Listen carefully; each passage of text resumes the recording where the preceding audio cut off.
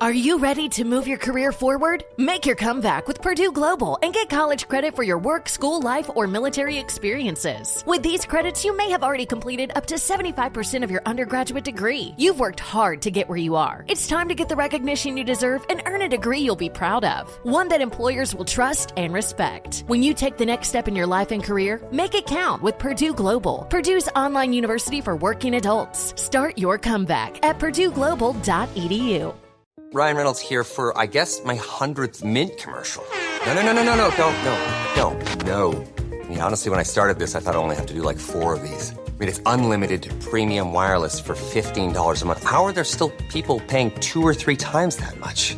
I'm sorry, I shouldn't be victim blaming here. Give it a try at mintmobile.com/switch. Whenever you're ready. $45 upfront payment equivalent to $15 per month. New customers on first 3-month plan only. Taxes and fees extra. Speed slower above 40 gigabytes. See details. Surviving Sister Wives contains adult content that may not be suitable for Latter-day Saints or sinners. Listener discretion is advised.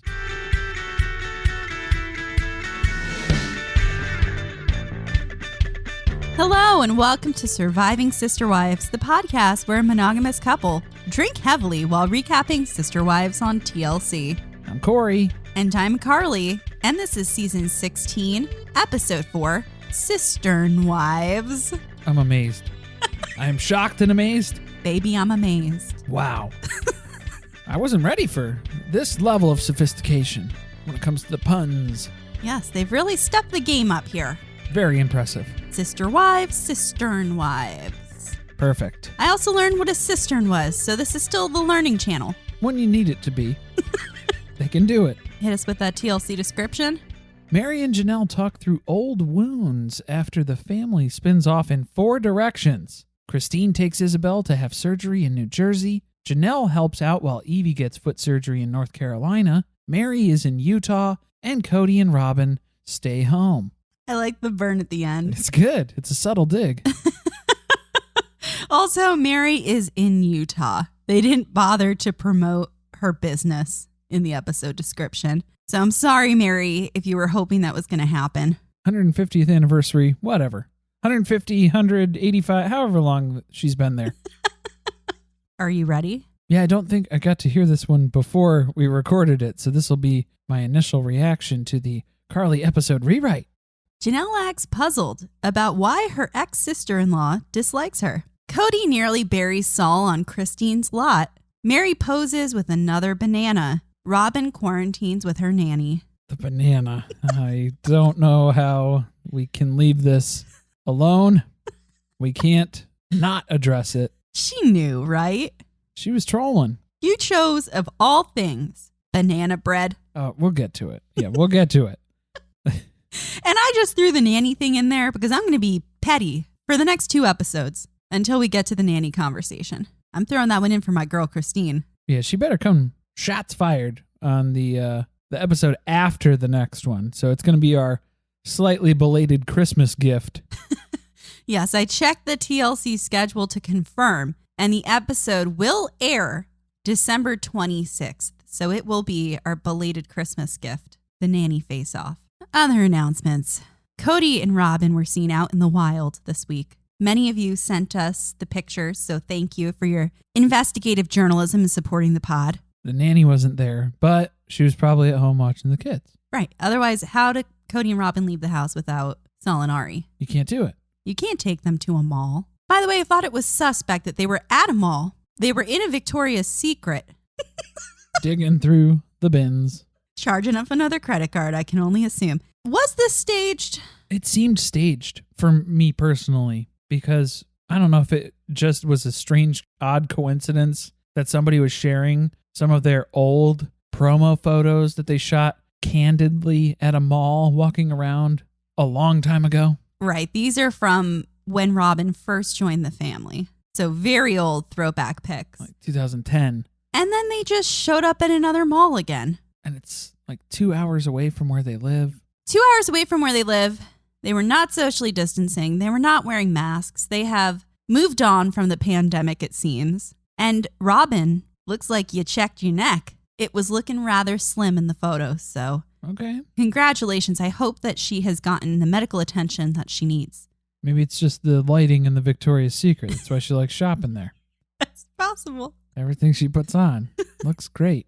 All right. It's very flattering, Kody. It's a flattering light. One last reminder before we get into the episode here. If you're looking for old episodes that we've covered, we refer to them as the rewatch episodes. You're going to find seasons 1, 2, 3, and 4 of Cistern Wives recapped in their entirety over on our Patreon. Not to be confused with the new hit show on TLC, Cistern Wives, which we're going to recap right now. So don't mix those up. So head on over to patreon.com/survivingpod for those plus more. Lots of other bonuses over there, too. Bonus episodes, special treats. I believe we're going to be recapping My 5 Wives, an episode of that for the Let's Talk About It episode. And we're due for we hit over 500 patrons for over a month, so now we're due for a Kody Strikes Back episode. I have to say that on an episode, otherwise Carly's just going to keep delaying it and pushing it off further and further into 2022, maybe beyond. This is the thing. I make you watch shitty TV, but you want to make me watch really long movies. Really long movies? Y'all, I could watch an entire season of 90 Day Fiancé in a day, but make me watch a 2.5-hour movie and I feel like I'm going to die. I'll tell you, the first one is probably 93 minutes at most. Okay, well, that's better. We'll see how I do. We'll start with comedies, since those are going to be like an hour and a half, hour and 20, max. All right. Did we explain what Kody Strikes Back is? I don't think so. People just kept signing up for the Patreon, and it was like, okay, cool. All right. Kody Strikes Back is going to be an episode on Patreon where Kody chooses a TV show, a movie, something of his choice to force me to watch in retribution for all of these terrible TV shows that I have hooked him on over the years. I think I know what I'm going to have the first one be, but I don't want to commit to it. Yeah, don't say it. We have to have some allure, some mystery that's still built around it here. But thank you to everybody who signed up for the Patreon and is a part of this celebration. You get this reward. You've earned it just as much as I have. Let's share in the joy together. Well, let's get into it then. Get the pony in the water. The kids have been out of school for 5 months, according to Kody. Do you think he means all the kids or just Robyn's kids? Enough of the kids have made it this long, late into the summer, and they've had an extended summer vacation. Yeah, because quarantine took the end of the last school year. And they're supposed to be quarantining now, as they should have been the entire time. But 3 of Kody's bitch-ass wives are traveling all at the same time. They're doing stupid things, like traveling for surgery. And traveling for another surgery. And trying to keep their business running and making money. Some shit like that. Why do that when you could be at Robyn's house? The other wives don't make it as easy to quarantine. Robyn's like, I've been prepping for this. We can take full advantage. Well, today's the day. Christine and the girls are going to be leaving for New Jersey so that Isabel can get her surgery. And they give us a little walk down memory lane of everything that has occurred up to this point with Isabel's scoliosis. They have tried every non-surgical option available over the years, but despite it all, her curve has continued to move. So it went from 26 degrees to over 50 degrees, and now it's undeniable that it is time for surgery. Well, Isabel's been in pain, awful pain, for the last 9 months. So even just getting this scheduled, the waiting period for that was enough of a struggle. But the struggle's been real since Isabel was 13 at this point. It's been a long time coming. It has. This is when we get one of the only comments we get from Robyn the whole episode. Thank goodness. But it's a good one. Get ready. She tells us on the couch that she wouldn't want to quarantine from Kody for that long, but she would do it if she had to. 8 weeks is a long time. It's a long time to be separate from Kody, but Robyn could do it if she had to, even though Isabel needed you to and you didn't. So it's just not good enough of a reason. She's a dirty, rotten liar. And Kody can't come on the vacation either, the surgery vacay, because that would make him a hypocrite when he's been asking, begging the family to follow all of his strict COVID rules that he has laid out. He's such an asshole. You know what makes you a hypocrite? Wandering through the Victoria's Secret in the mall 2 hours from your house, not wearing a mask or socially distancing. Well, he already had COVID, so it's over. He's good, right? It's done. And let's be honest, this has nothing to do with COVID. He is just trying to punish Christine, but he's actually just punishing Isabel, and I don't know if he fully realizes that yet. I don't think he has the ability to realize that he hurts his children in that way. When he's that mad at a wife, he compartmentalizes it. Yeah, because then it's Christine's fault that you are upset that I can't be around. Right. It's also Christine's fault that he didn't know that Isabel was in so much pain. That was her fault too. In case you guys need to catch up on all the things Christine has been blamed for so far this season. Do you think that Robyn told Kody that he could go and then he was like, no, it's too risky because he doesn't want to spend 8 weeks with Christine? Absolutely not. Okay. Robyn would have been the fourth wife who threatened to leave him if Kody said, I think I should probably go for this surgery. There's no way Kody was volunteering for this because his relationship with Christine was in the pooper at this point. Oh, yes. And he's not going to go spend 8 weeks with her. On a tropical vacation? That's not even enough to get him to go. In tropical New Jersey. Poor Isabel, she is stressed out already. They haven't even left. She had classes this morning, so I guess Kody doesn't realize she's back in school. And she's talking again about how she understands why Kody's not coming, but it's still really hard. And basically it sucks. And she's trying to make excuses for him, even though he's being a shitty dad. Then over in North Carolina, while Christine is in New Jersey with Isabel for surgery, Janelle is in North Carolina with Maddie to help with Evie's foot surgery, not actually on the operating table or anything like that, but to help out, take care of the house, watch the kids, maybe cook some meals, then kiss. So we have to get caught up here again. For anyone who doesn't know, baby Evie has Fatco syndrome, which means she is missing some bones in one of her legs, and one of her legs is much shorter than the other. Yeah, it's not as fun of a syndrome as it sounds. Oh boy, I wish it meant that you could eat anything you wanted. Fatco. It's another Fatco baby. Basically, they were faced with two options here. Either they needed to amputate part of Evie's foot so that she would be able to have a prosthetic, or the doctors could have tried lengthening the bone in her leg, but that would mean that she would have to have a series of surgeries rather than just one. And there was no promise at the end that it would actually work and she'd be able to walk on that leg. Right, so this is where there's a lot of backlash that Maddie and Caleb faced on social media at the time. Yeah, y'all, that's mean. Accusing parents of making decisions, of amputating, having their child have a limb amputated or preparing for prosthetic instead of trying to lengthen a bone. There's pros and cons facing that decision on both ways, and it's up to the parents to decide. Obviously, having an infant go to do surgery every 8 months for an extended period of the beginning of their life, that's a little traumatic probably in its own way, especially when there's no guarantee that it would work. Well, I think that's what people found horrifying about this, was that she was going to have surgery, she's going to have something amputated, and it's like, it's just as horrifying to think about putting a baby under anesthesia multiple times for a surgery where I'm assuming what they do is break the bone and then continue to let it heal, break the bone again. I mean, I don't know. I'm not a doctor or anything. No. But it sounds like that would suck too. Basically, they had two sucky choices and they had to make one. So give them a little bit of empathy here. So with this setup here, the prosthetic, it's all Evie's going to know. She's going to be able to walk and run and interact. That's going to be normal for her. So why is that so bad by comparison? It's not up to you if you're not the parent. That's basically what it comes down to. So shut up. Just saying. It's also very ableist of you. Right. To say that Evie cannot be a functional member of society unless she has two legs that are the same length. Get the fuck out of here with that shit. Cut to Meri, who is at her B&B, which is named Lizzie's Heritage Inn, since they didn't include that in the episode description. Meri mentions it. Oh, yeah. Well, Meri, I'm looking to collect my ad revenue. I'm just kidding. Meri is trying to switch her camera to front facing, but she's had a few marks, so she's having a hard time here. It's not working. Now we know why she pays Audrey to run her social media stuff.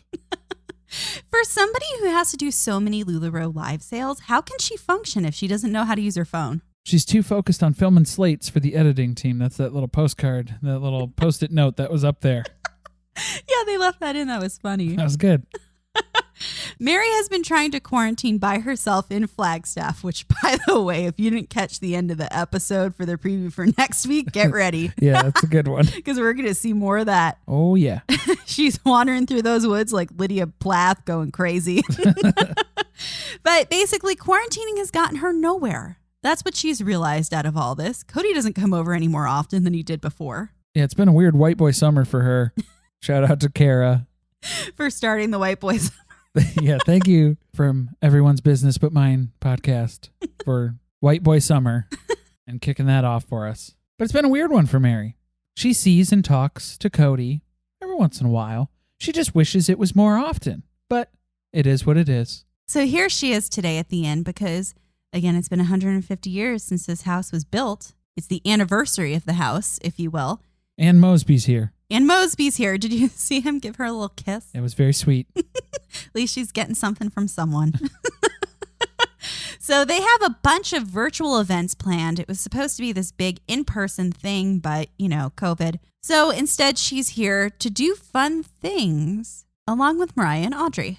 And Audrey's down in the kitchen taking some pictures of some hot buns. Doing the hard work. No, we're not talking about Mariah.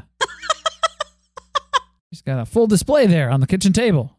They got some food. Food photography is what I'm talking about. We get a little update here on the wedding sitch. If you remember, a few seasons ago, we went and looked at some wedding venues. That was last season. It felt a long time ago. It was a long time ago. That was only last season? That was last season. Wow. Season 15. All right. Well, they have a year left until the wedding because it is August 29th, 2020, the day that they are filming this. Did the wedding happen? We don't know. We didn't see anything on social, but does that mean that they filmed it on TLC and they can't post anything online? Maybe. Who knows? We'll have to stay tuned and find out. But regardless of what happened, this is their pre-versary. Maybe it's their pre-versary for another year. We'll find out, I'm sure. The show ain't going nowhere. Meri wants to talk about it. Meri wants to plan it, but she doesn't want to be pushy. And it's very clear that Mariah and Audrey have no idea what they're doing yet.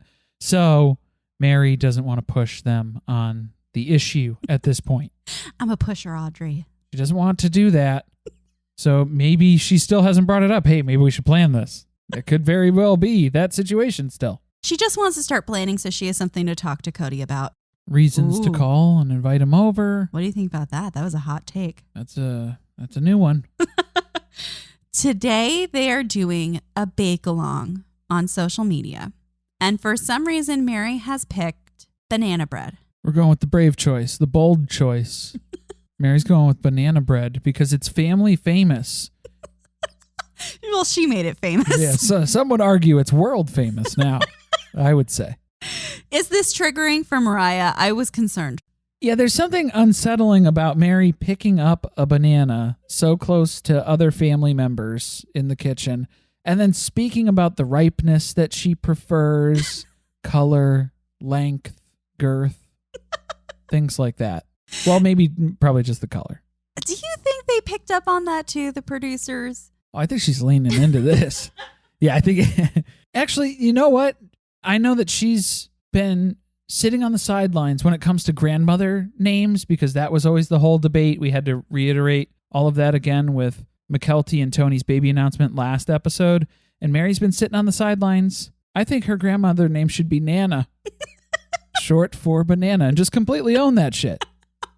Go with it, Meri. Go with it. Be Nana. Be the Nana. For anyone who's not tracking with all these banana jokes, you haven't been on the internets very much. It's a Nancy Reagan thing. Things that can't be unseen. It relates to the catfishing era. Meri sending seductive pictures to her catfish, deep throating a banana. There you go. You don't need to look it up. The mental image is scarring enough. And they're very accessible. Unfortunately, still. Meri has to explain to us here, she's a very black and white, hot or cold, yes or no type of relationship person. So why is she still with Kody? That's what I thought. Since when? When? What do you mean? Hot or cold? It's cold. It's freezing. She's been working on herself, though. She's been trying to have better conversations with people. And she has a number of relationships in her life that she wants to improve. But that takes honesty. Something this family isn't good at. And she's heard Janelle talking some shit lately, so she's going to go try and talk with her and focus on the listening aspect. Make it a listening conversation. This bitch better explain why she's been talking behind my back. I want to hear some reasons. I got to hear them. But before we get to the good stuff, back in North Carolina, it's been a few days since Evie has had surgery, and they are celebrating her first birthday. So we get to watch her dig into some cake. We got Hunter there hiding, a little bit out of frame. Just catching him there, yeah, with the smash cake. Evie's going to town, digging that frosting. Everything went well with her surgery, and she is getting her cast off soon. So we are really flying through that storyline. Yeah, because it was basically like, oh yeah, I'm kind of nervous about it, but I'm trying not to think about it. And then cut to, yeah, everything went as planned. I have to say, that's improvement. We introduced a story, we introduced a problem, and resolved it in the same segment before a commercial break even took place. Let's give a round of applause. Very impressive. Okay, it is the day that Meri and Janelle are going to be meeting up on Coyote Pass to talk, and Meri is bringing big Melania vibes with her. She's got her only kinda care shirt on for a conversation that hopefully is going to improve her relationship with Janelle. Fabulous. This is where Meri wants to point out that she wants them both to go into this being open, kind, and honest, setting the boundaries, setting the expectations. It's nice. The two of them have had a very difficult relationship over the years, and Meri feels like some of those issues are still lingering. But Meri picked up on the Olive Garden shakedown conversation from the beginning of season 15, right before COVID hit, when Janelle was basically challenging everyone in the family. What are we doing here? What do we want? And Meri saw that as an opportunity to talk. To talk or to confront Janelle about talking behind her back? Both. It's both. She starts things off by telling Janelle that she has been hearing things about conversations where Janelle has been talking about a particular concern she has, which, surprise, is the pond. And look, Meri tries to take all of Kody's advice, and his advice is usually leave the past in the past. Work on now, focus on the future. Or don't. Or just ignore, in general. So again, she's trying to take Kody's advice here. But if she keeps hearing a conversation from the past that keeps coming up, maybe it needs to be addressed in other ways. So that's what she's here to talk about. Because she's heard that Janelle has been talking with Kody, Christine. She didn't mention Robyn, but Robyn was definitely in on that convo. No, you always leave out the person who told you the info. Oh, that's true. She's been hearing Janelle wants to limit Meri's access to the pond. Well, she wants to make sure Meri doesn't own the property with the pond on it. Correct. Conversations get spilled into the pond. Do you think that, obviously, first thought is that Robyn told her this information because Kody doesn't talk to her. Well, we had the flashback of the pizza party property fight. Right. Where Robyn circled back. Or Robyn circled back after Meri had driven off. So then Meri didn't know, but Janelle raised that concern very directly to Kody, and Robyn happened to be standing right there because she circled back. Right. And this is sometime in August or early September, which means the episode or any of the episodes where the pond is discussed in season 15 haven't aired yet. So either the editors have shown her footage that's going to be part of season 15, or someone in the family told her about these conversations. Robyn told her. So Robyn's just inserting herself in shit. As she does. Janelle's voicing major concern about the pond, mentioning Meri specifically due to all of the control that they had back at the Lehigh house. Right, what if Janelle wants to be out there at 5 a.m. blasting Eminem, going for a swim? She's worried that maybe that wouldn't be so cool with Meri if she has a house with the deck out there. Yeah, Meri was talking about building a deck, Fajita Cantina 2.0. But don't tread on Janelle. You can't tell her the pond is only open from dusk till dawn, or reverse, dawn to dusk. When the lifeguard's on duty. Yeah. There is no lifeguard. Swim at your own risk. Swim at your own risk for a number of reasons. A lot of stuff. But look, Janelle doesn't want to bring this stuff up. But remember, Meri, back at the house in Lehigh, we weren't allowed to pass through your corridor there to get over to Christine's house. So I used to have to pack up the kids. We'd have to go outside and trudge through the cold and the ice and the sleet and the snow uphill both ways. Those steps that almost killed her. I fell down those steps so many times. So many times. But honestly, it would have been more of a pain in the ass to take your kids somewhere where you didn't live for daycare, which is probably what you would have had to do in any other situation. So the fact that you had to walk 10 feet to another door, maybe let's limit what we're bitching about here. Not the biggest deal, is it? Not a huge deal. And let's be honest. Can we count how many times Logan probably walked those kids over there instead of Janelle? Let's get real. Right. She wasn't even making breakfast. Logan fed those kids, buttoned them up, got them out the door. She was already off at work. She was off to work at 6 a.m. Also, if this was such a big deal, why didn't they just add a door downstairs to connect Janelle and Christine's part of the house? Well, I feel like that would solve too many things. But is it just easier to complain? It is easier to complain. But yeah, a door, that would probably cost you what? $150? That's a big investment. Just saying. Meri now tries to explain the reasons why she wanted it that way because she's starting to feel a little attacked, right? Janelle's coming at her about how many times she slipped and fell on the ice and nearly broke her neck. So Meri's trying to just say, like, I have my reasons for why I've endangered you. Look, there's risk in everything, right? The risk here is that Meri worked full time. She had 2 jobs at some points while living at the house in Lehigh. Can you imagine how grueling that was? And we're not talking LuLaRoe jobs. Not those cushy, easy jobs. We're talking hard labor here. It was hard working at the trophy engraver's office. Was that Lehigh? Was it? No, that was the other. I think that was no, Wyoming. Wyoming. Why for Wyoming? Why?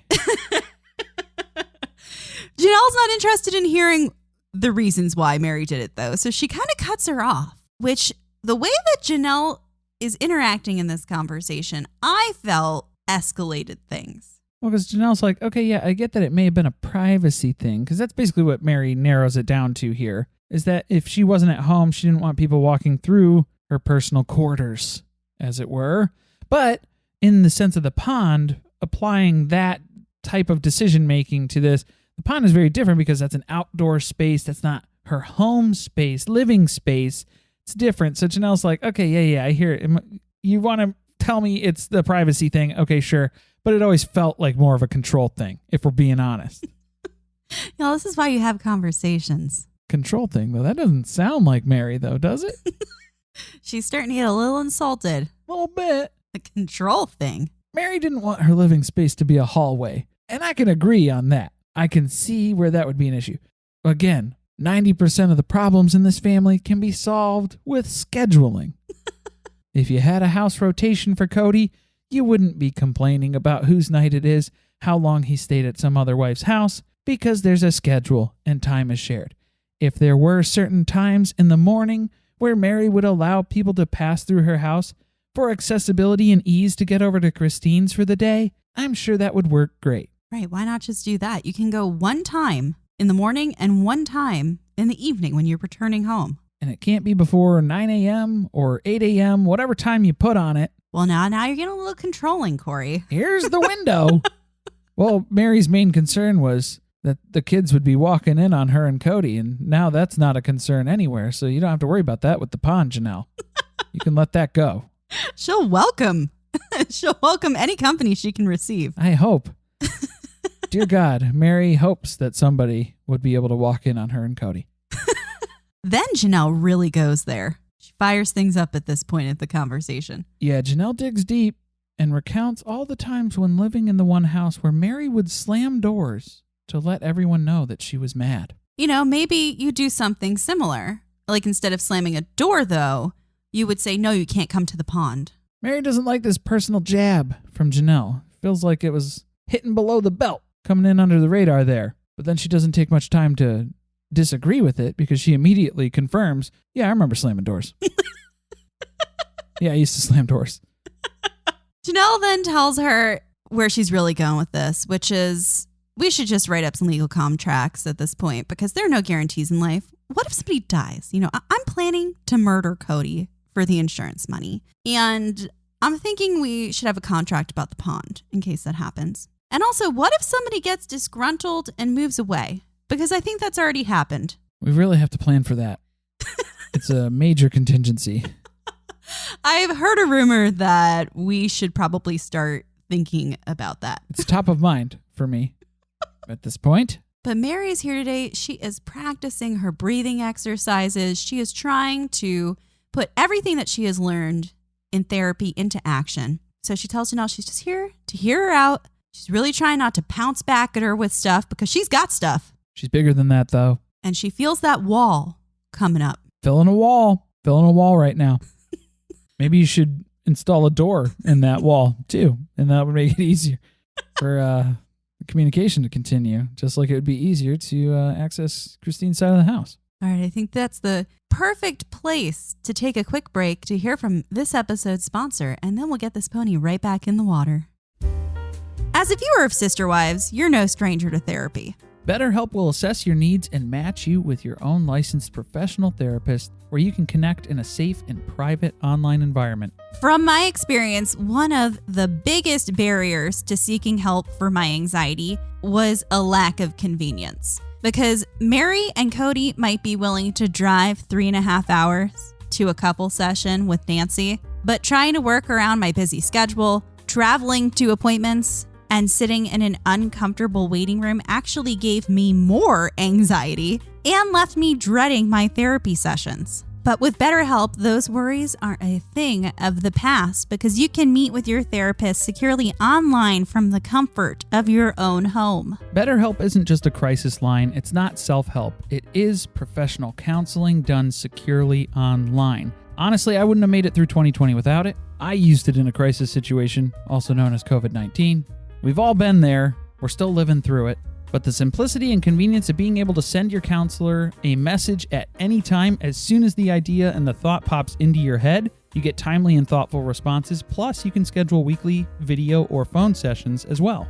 I personally find that to be an amazing feature because one of the things that I have a hard time with is remembering all of the things that I wanted to address in my next appointment and then getting there and my mind goes blank because so much time has passed that I can't remember what it was I wanted to talk about. And for me, in general, talk therapy situations, it usually takes me a little bit longer to process what I'm feeling, what I need to say.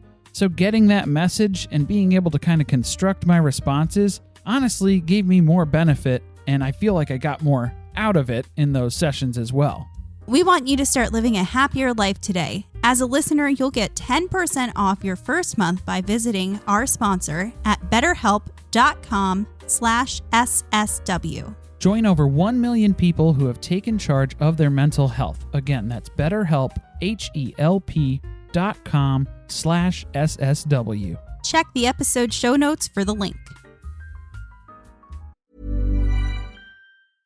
Hey, I'm Ryan Reynolds. At Mint Mobile, we like to do the opposite of what Big Wireless does. They charge you a lot, we charge you a little. So naturally, when they announced they'd be raising their prices due to inflation, we decided to deflate our prices due to not hating you. That's right. We're cutting the price of Mint Unlimited from $30 a month to just $15 a month. Give it a try at mintmobile.com/switch. $45 upfront payment equivalent to $15 per month. New customers on first 3-month plan only. Taxes and fees extra. Speed slower above 40 gigabytes. See details.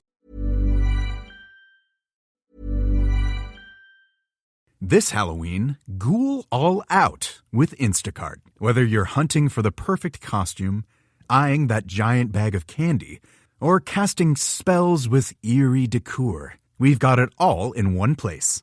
Download the Instacart app and get delivery in as fast as 30 minutes. Plus, enjoy $0 delivery fees on your first 3 orders. Offer valid for a limited time, minimum $10 per order, service fees, other fees, and additional terms apply. Instacart, bringing the store to your door this Halloween. Hey, I'm Ryan Reynolds. Recently, I asked Mint Mobile's legal team if big wireless companies are allowed to raise prices due to inflation. They said yes. And then when I asked if raising prices technically violates those onerous 2-year contracts, they said, "What the f*** are you talking about, you insane Hollywood ass?" So to recap, we're cutting the price of Mint Unlimited from $30 a month to just $15 a month. Give it a try at mintmobile.com/switch. $45 upfront payment equivalent to $15 per month. New customers on first 3-month plan only. Taxes and fees extra. Speed slower above 40 gigabytes. See details.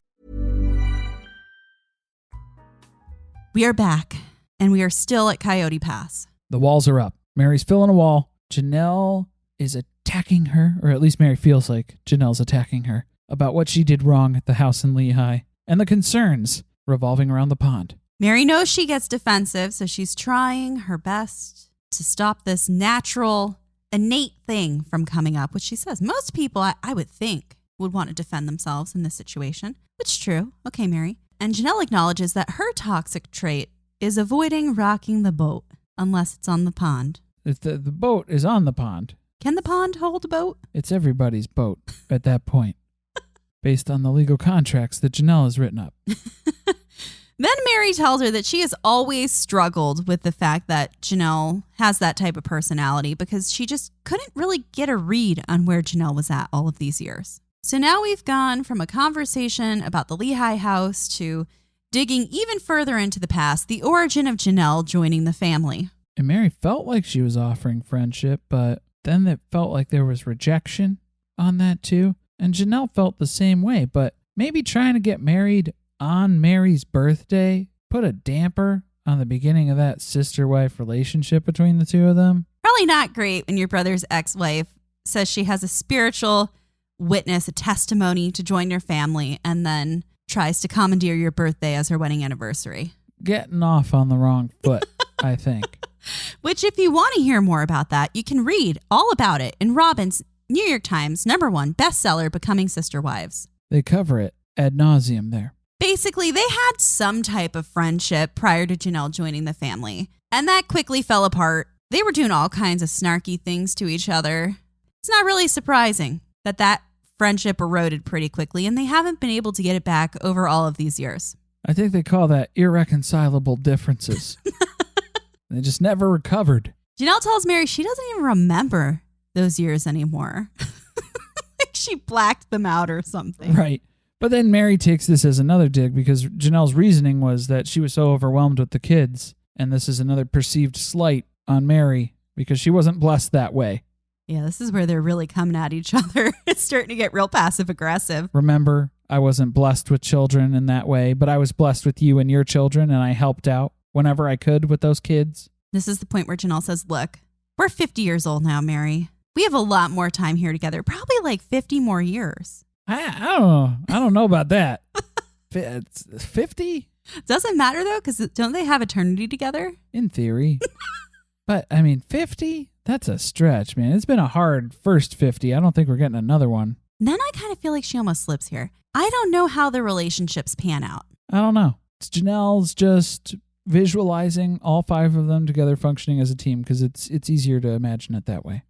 But it's really just all about free access to the pond for everyone. That's all it comes down to. It's not a control thing for Meri. We just want access to the pond. Meri tries to defend herself again on the couch, saying this was never about control or about who could use the pond. And she kind of took the wrong thing away from the conversation because I felt like she took it as Janelle saying she was intentionally being controlling in the Lehigh house, which I don't think was what she meant.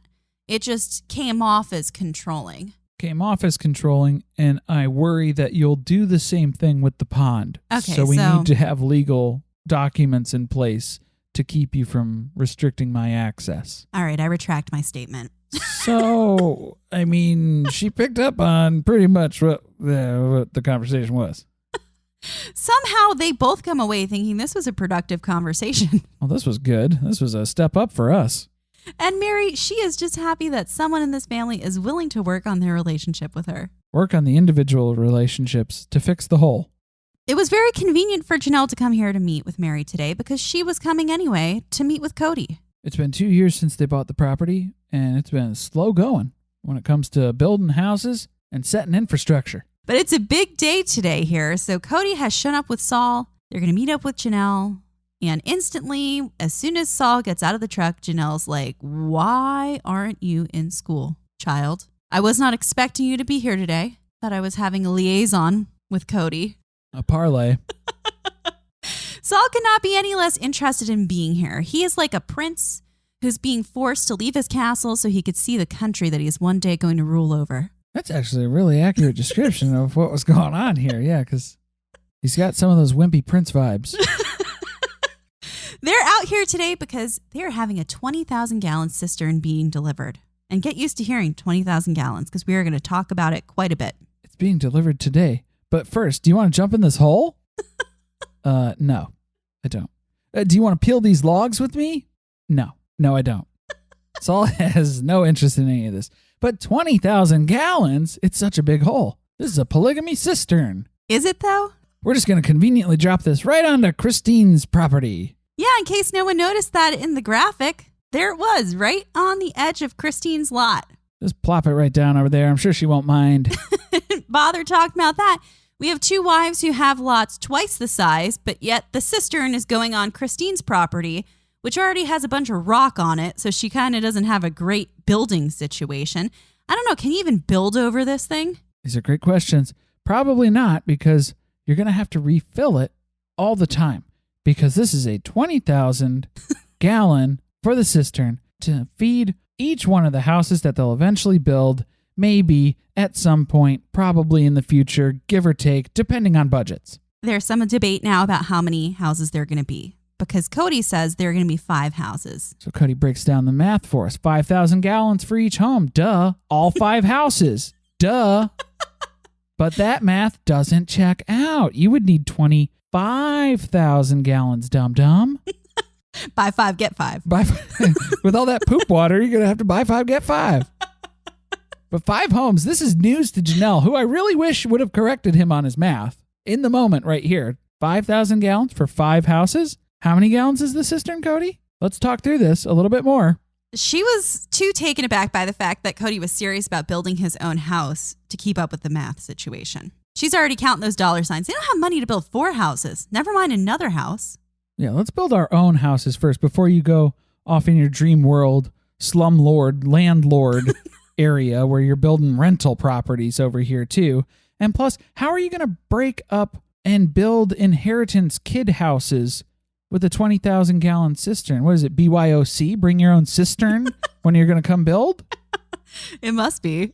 For all these other houses that you're going to break off as the inheritance, the eternal kingdom here on Coyote Pass? Well, we're not even worried about those. Kody just needs a guest house for all these kids who are going to come visit. What, like who? Who's coming to visit? All the kids who weren't allowed to come visit this whole time? Or Robyn's kids who are never going to leave the property?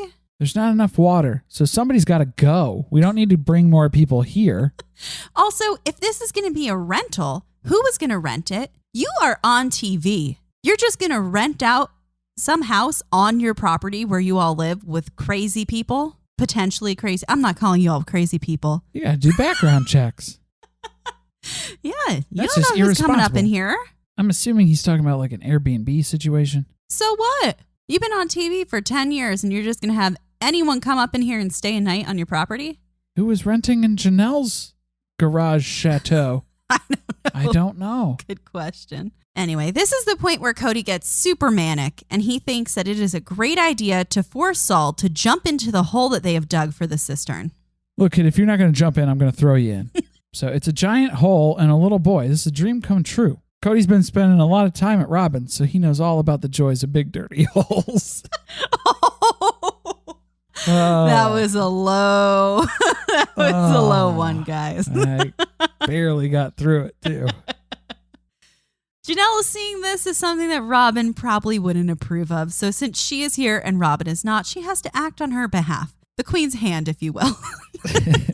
So she's kind of trying to, but she's doing more of like a Willy Wonka thing where she's just, no, stop, don't.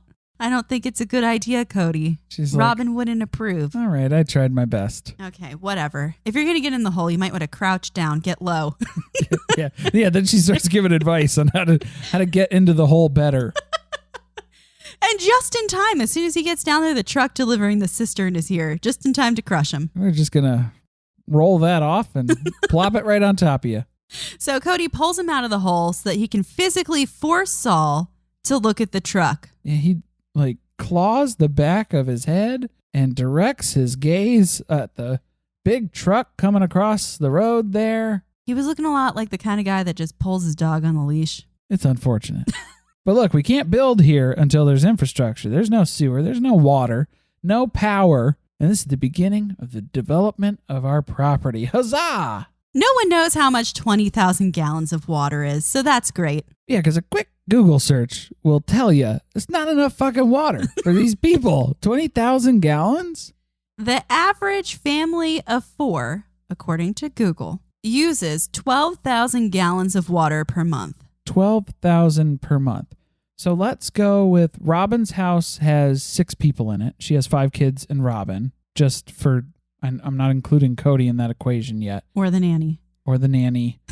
It's easier to do the equation over here. So 6 people in Robyn's house, give or take. Then you have Janelle and Savannah because her 2 older boys are going to move out on their own soon. Meri would be 3, and then Kody. So that lumps 4. That gives us a 4 for another house. We're already up to 10. That's 10 people on the property. So that's at least 24,000 plus a month. Oh, and we've left Christine out purposely. In case anyone was wondering what was going on with that math. If people are still wondering here, we're working off a very interesting assumption. We have theories. Yes, we have devised a theory here. I believe that at this point in time, Kody knows that Christine is not going to be building on this property and that she is leaving the family. We'll even go so far as to stake our claim that it was the conversation that was recorded on last week's episode at Coyote Pass where Kody was trying to convince Christine about how great it was, and Christine storms off in that conversation. We think it was that day. Right, or sometime between that conversation and where they're signing the paperwork at the car. The next day when she was going to be leaving for Isabel's surgery, where they had all the parents over to talk about Isabel's surgery last week. All right, because he's acting in that scene like he just despises her. He has so much resentment, he can't look her in the face. It didn't seem to match up with the experience that happened at Coyote Pass. It was too much anger, right? It seemed odd. Looking at the evidence further, Kody signed the deed to Christine's house over to her. So they had both been on the deed for the house. He signed it over to her for $10. Essentially, she bought it for $10 from him. And that happened on August 28th that paperwork was signed. She just slipped it in with Isabel's surgery stuff. I told you, she was slipping stuff in. But that's always been something that's been speculated over time since it happened. Was that related to some weird financial thing they do? Because, you know, they're always moving money around in very odd ways. Did it have to do with Isabel's surgery, financial aid, or whatever sort of arrangement that Christine needed to make for the surgery aspect things? But that actually didn't process and finish complete on that house title change until after the surgery took place. So it doesn't seem to be surgery driven. Right. Or the thing that everybody jumped to first, was it a signal that Christine was leaving the family? And moving to Utah. We're going to work off of the idea that it's the latter, which was actually the thing we were trying to avoid. But it feels like all signs are pointing towards that. So it seems like they talked about a split. Kody was very angry that day where he had to sign the paperwork for the surgery. That's the end of August. And then Christine goes and leaves for 8 weeks. If you were going to leave your husband, wouldn't the best time to do it be before you're going to be gone for 2 months for an extended period of time? Got him used to it. Ease back into it like you've already been gone for 2 months. And then while she's gone, they're putting the cistern on her property. So that's where it leads me to believe that decisions were being made the way that Janelle talked and almost slipped with some information in Meri's conversation as well about how she visualizes their relationships all together in the future. She had to play that up because you can't reveal that Christine's not a part of the family anymore. She is still part of the family, but she's not going to be on the property with us in these ways. Regardless, the cistern is still too fucking small. So even if you remove Christine and her 3 children, that family of 4, you still have 10 people. That's 24,000 plus gallons a month. And right, you only did 20. So you're going to have to fill it up every 3 weeks? Who knows, right? Something tells me that they didn't do enough research on this and they're just throwing cisterns into holes. You would think that we wouldn't be interested in the inner workings of the cistern and the decisions and the research that was done behind the decisions, but we are. I would like to know how they arrived at that number. That's all I'm saying. Anyway, so that's our working theory. Do we have anything to prove it? Absolutely not. No, it's all speculation, but we're going to move forward as if it is fact. That is the storyline that we are writing on the podcast.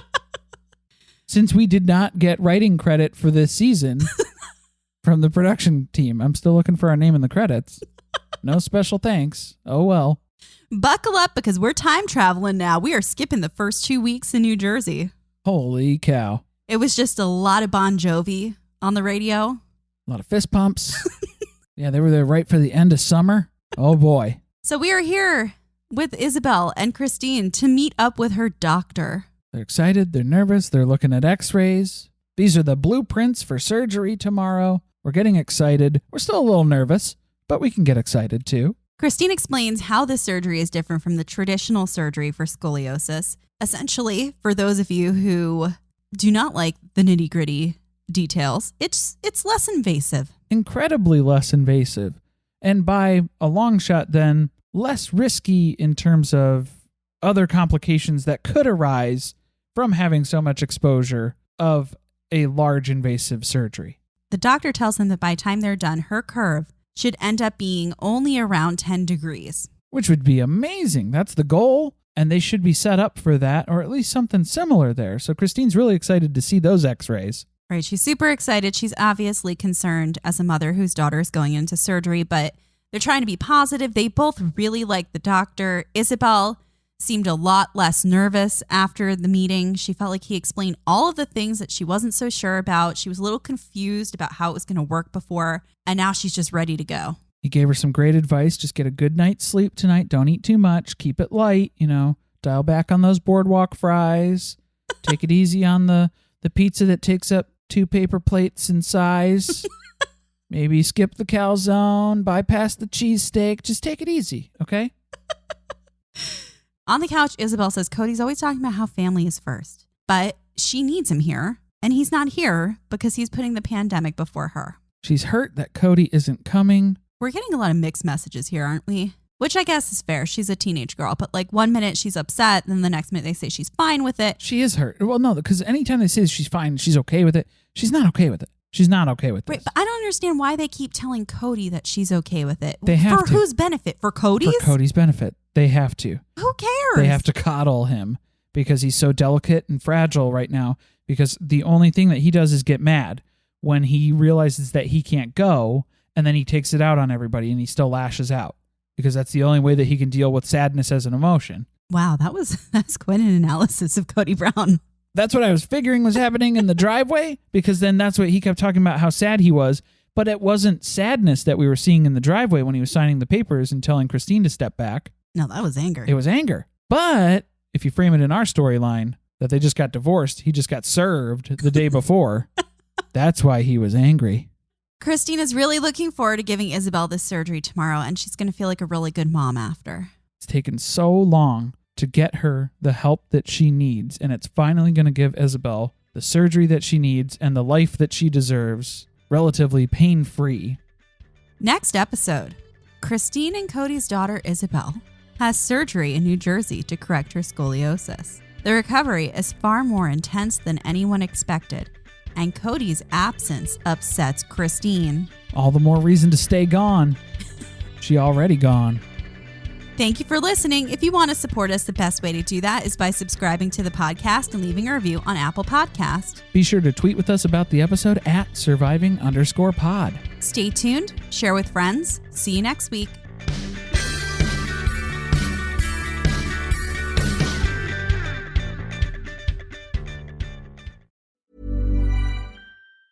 To get people excited about Boost Mobile's new nationwide 5G network, we're offering unlimited talk, text, and data for $25 a month. Forever. Even if you have a baby. Even if your baby has a baby. Even if you grow old and wrinkly and you start repeating yourself. Even if you start repeating yourself. Even if you're on your deathbed and you need to make one last call. Or text. Right, or text. The long-lost son you abandoned at birth. You'll still get unlimited talk, text, and data for just $25 a month with Boost Mobile. Forever! After 30 gigabytes, customers may experience slower speeds. Customers will pay $25 a month as long as they remain active on the Boost Unlimited plan. Forever.